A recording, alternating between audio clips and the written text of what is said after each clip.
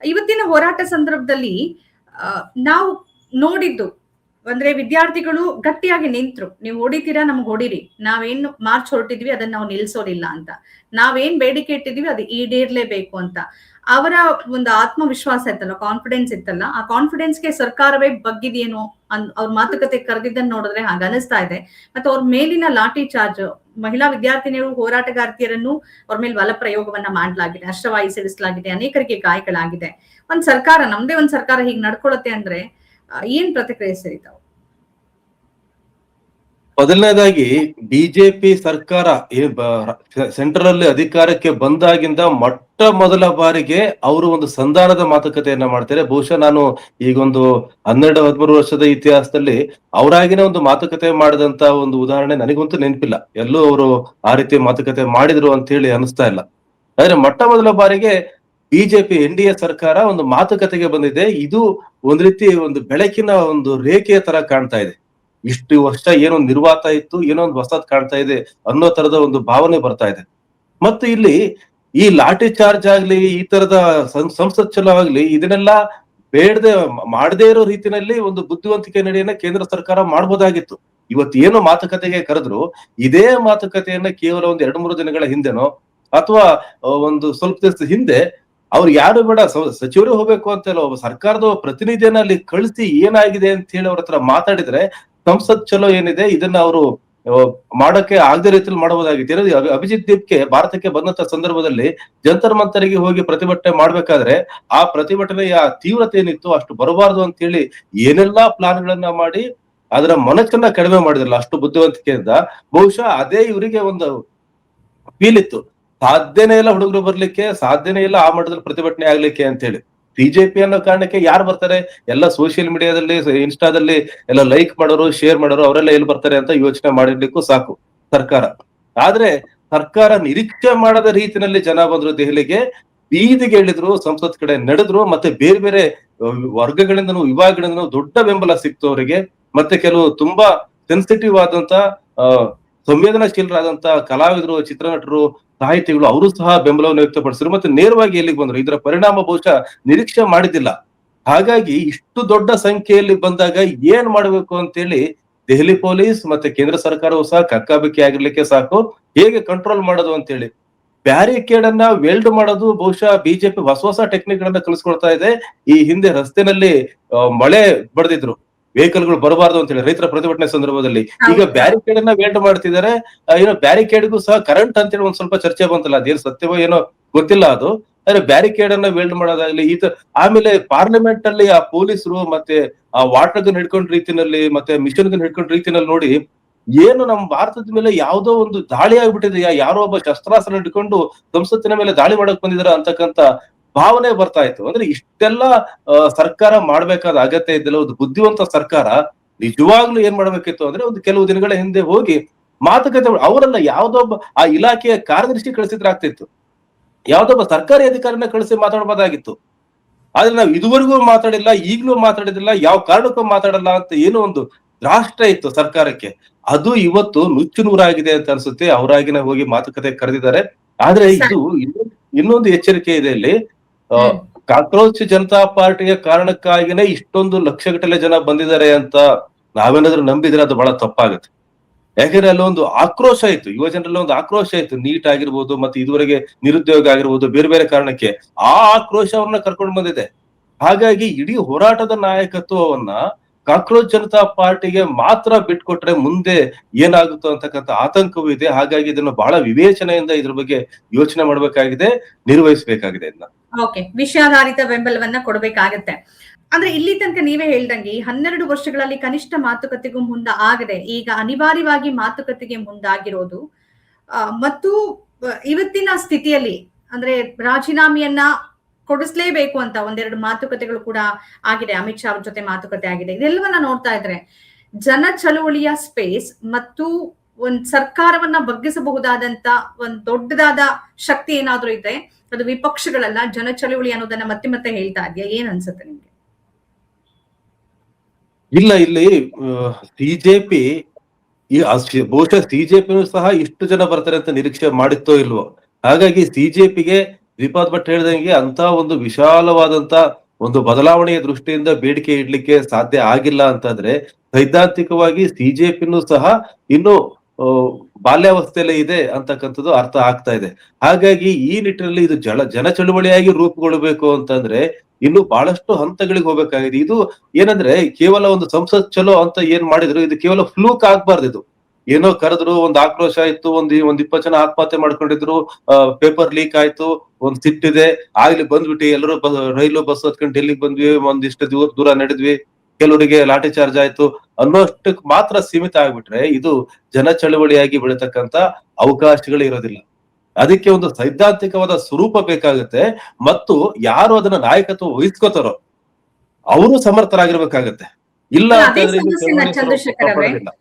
ಹಾ ಅದೇ ಸಮಸ್ಯೆನ ಇವತ್ತಿಗೆ ನೀವು ಯಾರೇ ಹೋಗಿ ಅದರ ನೇತೃತ್ವ ತಗೊಂಡ್ರು ಕೂಡ ಒಂದು ಆಂಟಿ ನ್ಯಾಷನಲ್ಸ್, ಲೆಫ್ಟಿಸ್ಟ್ ಅಥವಾ ಪಾರ್ಟಿಗಳು ಈ ತರ ಪೊಲಿಟಿಕಲ್ ಅಜೆಂಡಾ ಈ ತರದೊಂದು ಟ್ಯಾಗ್ ಮಾಡ್ಬಿಡ್ತಾರೆ. ಹಾಗಾಗಿ ಅದು ಯಾವ್ದು ಲೇಬಲ್ ಇಲ್ದಂಗೆ ಹೋರಾಟ ಮಾಡಿದ್ರೇನೆ ಇವತ್ತಿಗೆ ಒಳ್ಳೇದಾ ಅಂತ. ಅಲ್ಲ, ಇಷ್ಟು ವರ್ಷ ಆದ್ಮೇಲೆ ಈ ಆಂಟಿ ನ್ಯಾಷನಲ್ ಅಂತಕ್ಕಂಥದ್ದು ಅಥವಾ ಹಿಂದೂ ಧರ್ಮ ವಿರೋಧಿ ಅಂತಕ್ಕಂಥದ್ದು ಇವೆಲ್ಲ ಈ ಪೊಳ್ಳುತನಗಳು ನಿಧಾನವಾಗಿ ಜನರಿಗೆ ಅರ್ಥ ಆಗ್ತಾ ಇದೆ. ಆದ್ರೆ ನಿಧಾನವಾಗಿ ಅರ್ಥ ಆಗ್ತಾ ಇದೆ ಅಂತಂದ್ರೆ ಭಾರತದಲ್ಲಿ ಬಹಳಷ್ಟು ಜನಕ್ಕೆ ಅರ್ಥ ಆಯ್ತು ಅಂತ ಅಲ್ಲ. ಅದು ಇನ್ನೂ ಬಹಳಷ್ಟು ಜನರ ಮನಸ್ಸಿಗೆ ಈ ವಿಷಯ ಹೋಗ್ಬೇಕಾಗಿದೆ, ಇದ್ರ ಪೊಳ್ಳುತನಗಳು ಅರ್ಥ ಆಗ್ಬೇಕಾಗಿದೆ. ಹಾಗಾಗಿ ಈ ನಿಟ್ಟಿನಲ್ಲಿ ನಾಯಕತ್ವ ತೆಗೆದುಕೊಳ್ಳೋದು ಅನ್ನೋದಕ್ಕಿಂತ ಈ ಪೊಳ್ಳುತನಗಳನ್ನ ಜನರಿಗೆ ಅರ್ಥ ಮಾಡಿಸೋ ರೀತಿಯಲ್ಲಿ ವಿರೋಧ ಪಕ್ಷಗಳು ತಮ್ಮ ಒಳಗಿನ ತಮ್ಮ ಮಧ್ಯದ ವೈಮನಸ್ಸನ್ನ ಮರೆತು ಭಿನ್ನಾಭಿಪ್ರಾಯವನ್ನ ಮರೆತು ಕೆಲಸವನ್ನ ಮಾಡಿದ್ರೆ ಅದ್ರ ಫಲ ಸಿಗೋ ಸಾಧ್ಯತೆ ಇದೆ. ಈ ಆಂಟಿ ನ್ಯಾಷನಲ್ ಅಂತ ಹೇಳ್ತಕ್ಕಂಥದ್ದು ಈಗ ಒಂದು 10 ವರ್ಷಗಳ ಹಿಂದೆ, ಒಂದು 12 ವರ್ಷಗಳ ಹಿಂದೆ ಬಹಳ ದೊಡ್ಡ ವೆಪನ್ ಆಗಿತ್ತು ಅವರಿಗೆ, ಏನೇ ಮಾತಾಡಿದ್ರು. ಆದ್ರೆ ಈಗಲೂ ಸಹ ಆಂಟಿ ನ್ಯಾಷನಲ್ ಅಂತ ಈ ಹೋರಾಟದಲ್ಲಿ ಕೆಲವರು ಹೇಳಿದ್ದಾರೆ. ಆದ್ರೆ ಆಂಟಿ ನ್ಯಾಷನಲ್ ಅಂತ ಹೇಳಿದಂತ ಹೇಳಿಕೆಗಳನ್ನ ಟೀಕಿಸಿದವರು ಮತ್ತೆ ಪ್ರತಿ ಟೀಕೆಯನ್ನ ಮಾಡಿದವರು, ಅದನ್ನ ಖಂಡಿಸಿದವರು ಸಹ ಈ ಹೋರಾಟದಲ್ಲೇ ಇದ್ದಾರೆ. ಹಾಗಾಗಿ ಈ ನಿಟ್ಟಿನಲ್ಲಿ ವಿರೋಧ ಪಕ್ಷಗಳ ಜವಾಬ್ದಾರಿ ನಿಜವಾಗ್ಲೂ ಬಹಳ ದೊಡ್ಡದಿದೆ. ಇದನ್ನ ಒಂದು ಜನ ಚಳವಳಿಗೆ ತೆಗೆದುಕೊಂಡು ಹೋಗ್ಬೇಕು ಅಂತಂದ್ರೆ ಅದಕ್ಕೆ ಒಂದು ಸೈದ್ಧಾಂತಿಕವಾದ ಸ್ವರೂಪವನ್ನು ಕೊಡಬೇಕು ಮತ್ತು ಸಮರ್ಥ ನಾಯಕತ್ವ ಸಹ ಬೇಕಾಗುತ್ತೆ. ಚಂದ್ರಶೇಖರ್ ಅವರೇ, ಜನರಲ್ಲಿ ಅದು ಯಾವ ವರ್ಗನಾರು ತಗೊಳ್ಳಿ, ಮಹಿಳೆಯರು, ರೈತರು, ಕಾರ್ಮಿಕರು, ಯುವ ಜನತೆನೋ, ವಿದ್ಯಾರ್ಥಿಗಳು, ಆಕ್ರೋಶ ಇದೆ. ಆದ್ರೆ ಅದನ್ನ ಒಂದು ವೇದಿಕೆಯಾಗಿ ಮತ್ತು ಹೋರಾಟವಾಗಿ ರೂಪುಗೊಳಿಸುವಲ್ಲಿ ವಿರೋಧ ಪಕ್ಷಗಳಂತೂ ಸಂಪೂರ್ಣ ವಿಫಲ ಆಗಿದೆ ಅನ್ನೋದು ಈ ಘಟನೆಯಿಂದ ಸಾಬೀತಾಗ್ತಾ ಇದೆಯಾ? ಏನ್ ಅನ್ಸುತ್ತೆ ಇದ್ರ ಬಗ್ಗೆ? ಇಲ್ಲ, ಜನರು ಅಷ್ಟು ಸಿನಿಕತನ ಕಾಣಿಸ್ತಾ ಇಲ್ಲ ಈಗ. ಅಂದ್ರೆ ಒಂದಿಷ್ಟು ಇತ್ತು ಜನರಿಗೆ, ಅಂದ್ರೆ ಕಾಂಗ್ರೆಸ್ ಸರ್ಕಾರ ಇದ್ದಾಗ ಹಿಂದೆ UPA ಸರ್ಕಾರ ಇದ್ದಂತ ಸಂದರ್ಭದಲ್ಲಿ ಆ ಕೊನೆಯ ಅವಧಿನಲ್ಲಿ ಏನು ನಡೀತು ಬೆಳವಣಿಗೆಗಳು, ಮತ್ತು ಅದನ್ನ ಒಂದು ದೊಡ್ಡ ಒಂದು ಕಾರ್ಪೊರೇಟ್ ರೀತಿನಲ್ಲಿ, ಒಂದು ಬ್ರಾಂಡ್ ರೀತಿನಲ್ಲಿ ಎಲ್ಲ ಜನರಿಗೆ ತಲುಪಿಸ್ತಕ್ಕಂತ ನೆಟ್ವರ್ಕ್ ಗಳನ್ನು ಬಳಸ್ಕೊಂಡು ಮಾಡಿದ್ರಿಂದ ಒಂದ್ ರೀತಿ ಸಿನಿಕತನ ಅಲ್ಲಿ ಬಂದಿತ್ತು ಆ ಸಂದರ್ಭದಲ್ಲಿ. ಆದ್ರೆ ಅದರಿಂದ ಹೊರಗೆ ಬರ್ಲಿಕ್ಕೆ ಒಂದು ದಶಕದ ಮೇಲೆ ಈಗ ಆಗ್ತಾ ಇದೆ ಅಂತ ಅನ್ಸುತ್ತೆ. ಬಟ್ ಈಗ ಆ ರೀತಿಯ ಸಿನಿಕತನ ಒಂದ್ ಸ್ವಲ್ಪ ಕಡಿಮೆ ಆಗ್ತಾ ಇದೆ ಅದು. ಆದ್ರೆ ಇದನ್ನ ಜನ ಚಳವಳಿಯಾಗಿ ಮಾಡ್ಬೇಕು ಅಂತಂದ್ರೆ ಈ ಸಿನಿಕತನಗಳು ಹೋಗ್ಬೇಕು, ವಸ್ತುನಿಷ್ಠವಾಗಿ ನೋಡ್ಬೇಕು. ಇದನ್ನ ಈ ವಿಷಯವನ್ನ ವಸ್ತುನಿಷ್ಠವಾಗಿ ನೋಡದೇ ಇದ್ರೆ ಮತ್ತು ಇದು ಕೇವಲ ಒಂದು ದಿನದ ಒಂದು ಸರ್ಕಸ್ ಆಗುತ್ತೆ ಬಿಟ್ರೆ ಇದರಿಂದ ಏನು ಉಪಯೋಗ ಆಗೋದಿಲ್ಲ. ಹಾಗಾಗಿ ಇಲ್ಲಿರ್ತಕ್ಕಂತ ಆಶಯಗಳೇನಿದೆ ಅದನ್ನ ಜನರಿಗೆ ತಲುಪಿಸ್ಬೇಕಾಗಿದೆ. ಅದನ್ನ ಮಾಡ್ಬೇಕಾದ್ ಯಾರು ಅನ್ನೋದು ಬಹಳ ಮುಖ್ಯ ಅಲ್ಲಿ. ಅದನ್ನ ಯಾರು ಮಾಡ್ತಾರೆ ಈಗ? ಜನರ ಜೊತೆಗೆ ಇರ್ತಕ್ಕಂಥವ್ರು, ರಾಜಕಾರಣಿಗಳು, ದೊಡ್ಡ ಸಮಾಜ ವಿಜ್ಞಾನಿಗಳು ಅಂತ ಹೇಳ್ತೇವಲ್ಲ, ಅವರು ಅದನ್ನ ಜನರ ಬಳಿಗೆ ತೆಗೆದುಕೊಂಡು ಹೋಗ್ಬೇಕು ಮತ್ತೆ ಇದನ್ನ ಸಮರ್ಥವಾಗಿ ಮುನ್ನಡೆಸಬೇಕು. ಇಲ್ಲ ಅಂತಂದ್ರೆ ಶ್ರೀಪಾದ್ ಭಟ್ ಹೇಳ್ದಂಗೆ ಇಂತ ಒಂದು ಒಳ್ಳೆ ಅವಕಾಶ ನಮ್ ಕೈ ಬಿಟ್ಟಾಗ ಆಗ್ಬಿಡುತ್ತೆ ಅಂತ. ಹೊನ್ನಳ್ಳಿ ಅವರೇ, ಅಂದ್ರೆ ಈ ದೇಶದ ಜನಕ್ಕೆ, ಅಂದ್ರೆ ನಾವ್ ಈ 10-12 ವರ್ಷದಲ್ಲಿ ಅಥವಾ ಒಂದ್ 15 ವರ್ಷದಲ್ಲಿ ಗಮನಿಸಿರೋದೇನು ಅಂದ್ರೆ, ಅಣ್ಣಾ ಹಜಾರೆ ಮೂವ್ಮೆಂಟ್ ಆದಾಗ್ಲೂ ಆ ಸ್ಪೇಸ್ ಅನ್ನ ಆಮ್ ಆದ್ಮಿ ಪಕ್ಷ ಪಡ್ಕೊಳ್ತು. ಅದಕ್ಕೆ ಕಾರಣಗಳಿತ್ತು. ಯಾವುದು ಇರುವ ರಾಜಕೀಯ ಪಕ್ಷಗಳ ಮೇಲೆ ಜನ ನಂಬಿಕೆಯನ್ನು ಕಳ್ಕೊಂಡ್ಬಿಟ್ಟಿದ್ದಾರೆ. ಈಗ ಆಮ್ ಆದ್ಮಿ ಪಕ್ಷದ ಮೇಲೂ ಅದೇ ಅಭಿಪ್ರಾಯ ಬಂದಿರ್ಬೋದು. ಅಂದ್ರೆ ಯಾರೋ ವಿರೋಧ ಪಕ್ಷಗಳು ಬಂದು ಇದನ್ನ ನಾವು ಸೈದ್ಧಾಂತಿಕ ನೆಲೆಗಟ್ಟಲ್ಲಿ ತಗೊಂಡು ಹೋಗ್ತೀವಿ, ಸ್ವಲ್ಪ ವಿಸ್ತಾರಗೊಳಿಸ್ತೀವಿ ಅಂದ್ರೆ ಅಲ್ಲಿರೋ ಪ್ರೊಟೆಸ್ಟರ್ಸ್ ನಂಬೋದಿಲ್ಲ, ದೇಶದ ಜನನ ನಂಬೋದಿಲ್ಲ. ಅಂದ್ರೆ ಪೊಲಿಟಿಕಲ್ ಪಾರ್ಟೀಸ್ ಮೇಲೆ ನಂಬಿಕೆನ ಕಳ್ಕೊಂಡ್ಬಿಟ್ಟಿದ್ದಾರೆ. ಹಿಂಗಿರುವಾಗ ಹೆಂಗ್ ಪರಿಹಾರ? ಅಣ್ಣಾ ಹಜಾರೆ ಹೋರಾಟದಲ್ಲಿ ಈ ಬಹಳಷ್ಟು ಜನ, ನಾವು ಸೋನಂ ವಾಂಗ್ಚುಕ್ ಅವರು ಉಪವಾಸ ಮಾಡಕ್ ಕುತ್ಕೊಳ್ತಿದ್ದಂಗೆನೆ ಕರ್ನಾಟಕದಲ್ಲಿ ಆಗಿರ್ಬೋದು, ಬೇರೆ ಬೇರೆ ಕಡೆ ಆಗಿರ್ಬೋದು, ಇದನ್ನ ಬೆಂಬಲಿಸ್ಕೋಬೇಡವೋ ಅಥವಾ ಇದನ್ನ ಒಪ್ಬೇಕೋ ಬೇಡವೋ ಅಥವಾ ಇದ್ರ ಪರವಾಗಿ ಮಾತಾಡ್ಬೇಕೋ ಬೇಡವೋ ಅನ್ನುವಂತ ಜಿಜ್ಞಾಸೆಯಲ್ಲಿದ್ರು. ಏನಾಗ್ಬಿಡುತ್ತೆ, ಯಾಕಂದ್ರೆ ಅಣ್ಣಾ ಹಜಾರೆ ಮೂವ್ಮೆಂಟ್ ಕಲಿಸಿದಂತ ಒಂದು ದೊಡ್ಡ ಪಾಠ ಅದು. ಆ ಮೂಮೆಂಟ್ ಆಯ್ತು, ಅದ್ರ ಪರಿಣಾಮಗಳೇನು, ಏನಾಗಿದೆ, ಯಾಕೆ ಹೋರಾಟ ಮಾಡಿದ್ರು, ಏನ್ ಸಿಕ್ತು ಅನ್ನೋದು ನಮಗೆಲ್ಲ ಕಣ್ಣೆದುರಿಗೆ ಇದೆ. ಹಾಗಾಗಿ ಸೋನಂ ವಾಂಗ್ಚುಕ್ ಅವರ ಹೋರಾಟವನ್ನು ಸಹ ಅಷ್ಟೇ ಆರಂಭದಲ್ಲಿ ಅನುಮಾನದಿಂದ ನೋಡಿದಂತ ನಾವೆಲ್ಲರೂ ಸಹ ನೋಡಿದ್ವಿ ಅದನ್ನ. ಯಾಕೆ ಬೆಂಬಲಿಸ್ಬೇಕು ಅಂತ ಹೇಳಿ. ಆದ್ರೆ ಅಂತ ಒಂದು ನಾಯಕತ್ವವನ್ನ ಒಬ್ಬ ರಾಜಕೀಯ ಪಕ್ಷ ಬಂತು ಅಂದ ತಕ್ಷಣನೇ ಆ ರಾಜಕೀಯ ಪಕ್ಷಕ್ಕೆ ಬ್ರಾಂಡ್ ಆಗ್ಬೇಕು ಅಂತ ಏನಿಲ್ಲ. ಈಗ ಏನು NDA ಅನ್ನೋದು ಒಂದು ದೊಡ್ಡ ಮೈತ್ರಿಕೂಟ ಆಗಿದೆ, ಇಲ್ಲಿ ಇಂಡಿಯಾ ಅನ್ನೋದು ಸಹ ಒಂದು ಮೈತ್ರಿಕೂಟ ಆಗಿದೆ. ಬೇರೆ ಬೇರೆ ಚಿಂತನೆ ಇರತಕ್ಕಂತ ಪಕ್ಷಗಳೆಲ್ಲ ಒಂದ್ ಕಡೆ ಇದಾವೆ. ಆಗ್ಲೇನೆ ನಾನು ಹೇಳ್ದಂಗೆ ವೈಯಕ್ತಿಕವಾಗಿ ವಿರೋಧ ಪಕ್ಷಗಳಿಗೆ ಏನೇ ಇರ್ಬೋದು, ಏನೇ ಭಿನ್ನಾಭಿಪ್ರಾಯಗಳಿರ್ಬೋದು, ಆದ್ರೆ ಸರಿ. ಇಂತಹ ಒಂದು ವಿಷಯದಲ್ಲಿ ಅದು ಒಂದು ಕಾಮನ್ ಆಗಿ ಎಲ್ಲರೂ ಸೇರ್ತಕ್ಕಂತ ಒಂದು ವಿಷಯ, ಕಾಮನ್ ಆಗಿ ಎಲ್ಲರೂ ಸಹ ಹೋರಾಟ ಮಾಡ್ಬೇಕಂತ ವಿಷಯ ಅಂತ ಇದ್ದಾಗ ಆ ಭಿನ್ನಾಭಿಪ್ರಾಯಗಳನ್ನ ಮರೆತು ಏನಾದ್ರೂ ನಾಯಕತ್ವನ ಕೊಟ್ರೆ, ಶ್ರೀಪಾದ್ ಭಟ್ ಹೇಳಿದಂಗೆ ಒಬ್ಬ ವ್ಯಕ್ತಿಗೆ ಅಲ್ಲ, ಏನಾದ್ರೂ ಒಂದು ಸಾಮೂಹಿಕ ನಾಯಕತ್ವವನ್ನು ಕೊಡ್ಲಿಕ್ಕೆ ಸಾಧ್ಯ ಆದ್ರೆ ಇದರ ಪರಿಣಾಮವನ್ನ, ಇದರ ಫಲವನ್ನ ನಾವು ಮುಂದಿನ ದಿನಗಳಲ್ಲಿ ನೋಡಬಹುದು ಅನ್ಸುತ್ತೆ. ಓಕೆ.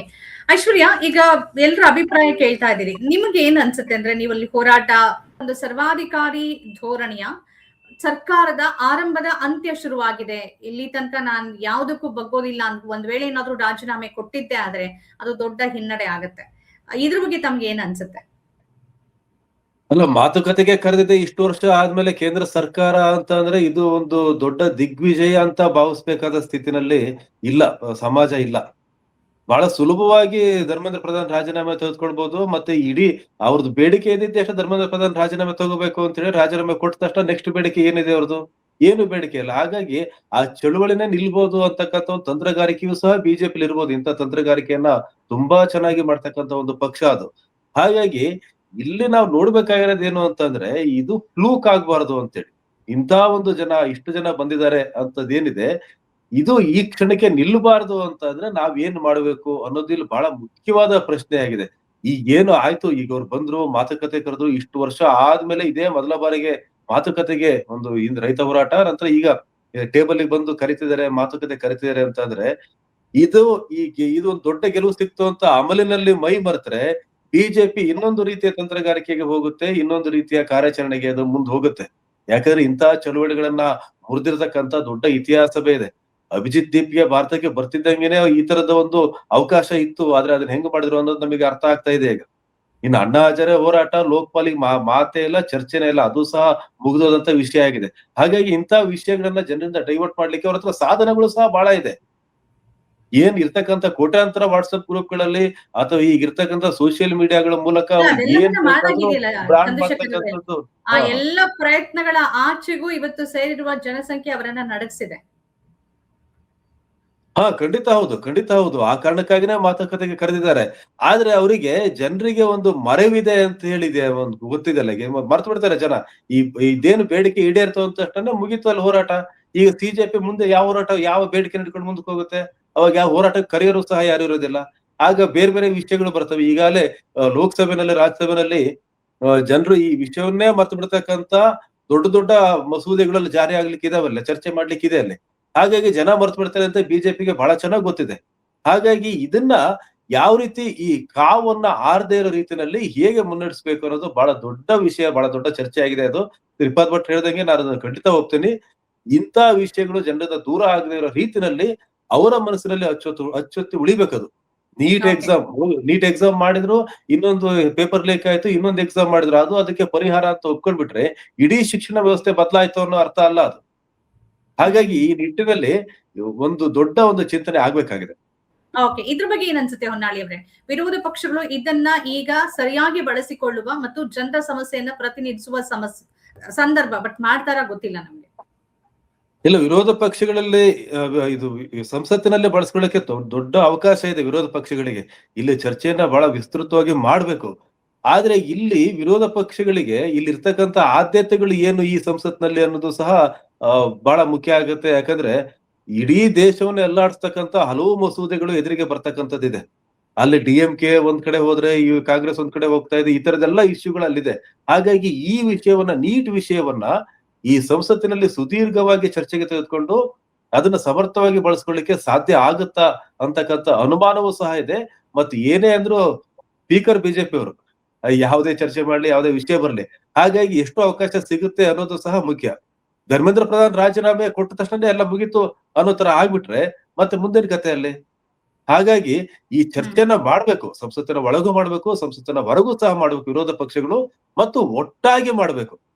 ಆಗ ಮಾತ್ರ ಏನಾದ್ರೂ ಒಂದು ಸಿಗ್ಲಿಕ್ಕೆ ಸಾಧ್ಯ ಅನ್ಸುತ್ತೆ. ನಮ್ಮ ಕಾರ್ಯಕ್ರಮಗಳನ್ನ ನೀವು ನೋಡ್ತಾ ಇದ್ರೆ ನಮ್ಮ ಚಾನೆಲ್ ಅನ್ನ ಸಬ್ಸ್ಕ್ರೈಬ್ ಮಾಡಿ, ಪಕ್ಕದ ಬೆಲ್ ಐಕನ್ ಒತ್ತಿ ನಮ್ಮನ್ನ ಬೆಂಬಲಿಸಿ. ಹಾಗೆ ನಮ್ಮ ಕಾರ್ಯಕ್ರಮಗಳನ್ನ ಲೈಕ್ ಮಾಡಿ, ಕಮೆಂಟ್ ಮಾಡಿ, ಅದನ್ನ ಬೇರೆಯವರಿಗೂ ವಾಟ್ಸ್ಆಪ್ ಮೂಲಕ ಶೇರ್ ಮಾಡಿ.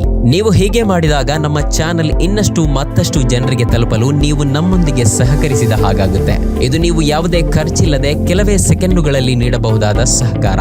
ಧನ್ಯವಾದಗಳು.